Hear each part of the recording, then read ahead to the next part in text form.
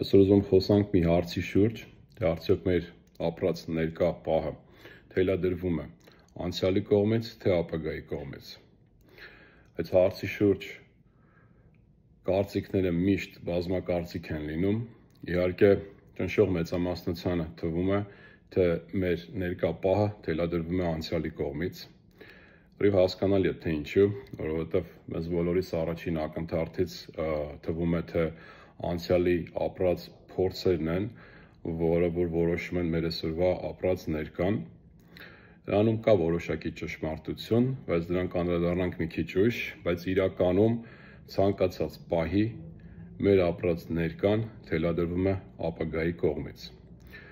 Ուրեմն կբերենք մի քանի օրինակներ հիմա, որ միասին հասկանանք դա ավելի լավ, այն ամենայն փոքր մանր օրինակներից, օրինակ եթե ես ուզում եմ վերցնեմ այս շիշը, ապագան, երբ որ ես արդեն փորձում եմ դա անել, ապագան այդ շիշը իմ ձեռքում լինելն է։ Այդ ապագան թելադրում է, որ ես ներկայում ձեռքս բարձրացնեմ ու վերցնեմ այս շիշը։ Եկեք մի քիչ ավելի ոնց որ հեռու ապագայի թելադրանքներ տեսնենք, մեր ներկայում երկու զույգեր հանդիպում են լուրջ նպատակներով իհարկե, ու փորձում են ինչ-որ ընտանիք ստեղծեն, չէ՞։ Այդ ընտանիք ստեղծելու միտքը թելադրում է, որ իրանք ներկայում ջանքեր գործադրեն, հանդիպեն որոշ դեպքերում բազմաթիվ հանդիպումներ ունենան տարբեր մարդկանց հետ, որպեսզի կարողանան ճարեն հենց այն մարդուն, ում հետ կկարողանան ստեղծել այն ապագան, որը որ տարիներ շարունակ թելադրում է իրանց, որ անեն այդ քայլերը։ Բիզնես եք ուզում բացեք, օրինակի համար, գործ եք փոխում, ասենք աշխատանքից աշխատող կարգավիճակից դուրս եք գալի, ուզում եք արդեն ձեր բիզնեսն ունենաք, որ ինչն է ձեզ այդ քայլերը թելադրում։ Ապագայում ձեր ունեցած ավելի բարեկեցիկ, չէ, ավելի ոնց որ այդ ազատ գրաֆիկով ինչ-որ կյանք թելադրում է, որ դուք անեք այդ քայլերը, դուրս եք գալի ձեր առօրյա աշխատանքից, անում եք ջանքեր, որպեսզի ստեղծեք ձեր անձնական բիզնեսը, որովհետև մի քանի, չգիտեմ, ամիսներ կամ տարիներ այն կողմից այդ բիզնեսի գաղափարը կանչում է ձեզ։ Վերազոտություն ունենում ձեր այսօրվա կատարած քայլերի վրա։ Եկեք ինքներդ էլ ձեր համար մտածեք, տեսեք, թե տարբեր սցենարներ կարաք վերցնեք ու հասկանաք, թե ոնց է ապագան միշտ թելադրում ձեր ներկա քայլերը։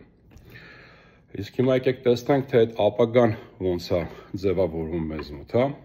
այդ դա արդեն անցյալից է ձևավորվում։ Անցյալում ձեր ունեցած փորձառությունները, թե հաջողությունները, թե անհաջողությունները ուղիղ ներազդեցություն են ունենում ձեր երազելու, ձեր պատկերացնելու հատկության վրա։ Այսինքն դուք թե ինչքան մեծ ապագա կարող եք պատկերացնել ձեր համար, կամ ինչքան փոքր ապագա կարող եք պատկերացնել ձեր համար, արդեն թելադրվում է անցյալի կողմից։ Եթե սենց ենք նայում, ինչ-որ փիլիսոփայություն կա, որ ձեր ներկան էլ է թելադրվում անցյալի կողմից, բայց սրա գեղեցկությունն ինչու՞մ է կատարվում։ Եթե ձեր ներկան իրականում ուղիղ ձևով թելադրվում է հենց ապագայի կողմից, արդեն կարող եք գիտակցաբար ավելի խիզախորեն սկսեք պատկերացնել ու երազել ձեր ապագան, քան թե ձեր անցյալի փորձը ձեզ թույլ է տալի։ Ու արդեն այդ գիտակցաբար ու ավելի խիզախորեն պատկերացրած ապագան թույլ կտա, որ դուք ավելի հարուստ ներկա ունենաք։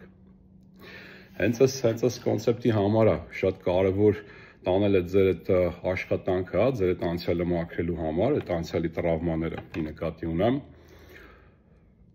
որպեսզի կարողանաք ավելի մեծ, ավելի խիզախ ապագա պատկերացնեք, որն էլ արդեն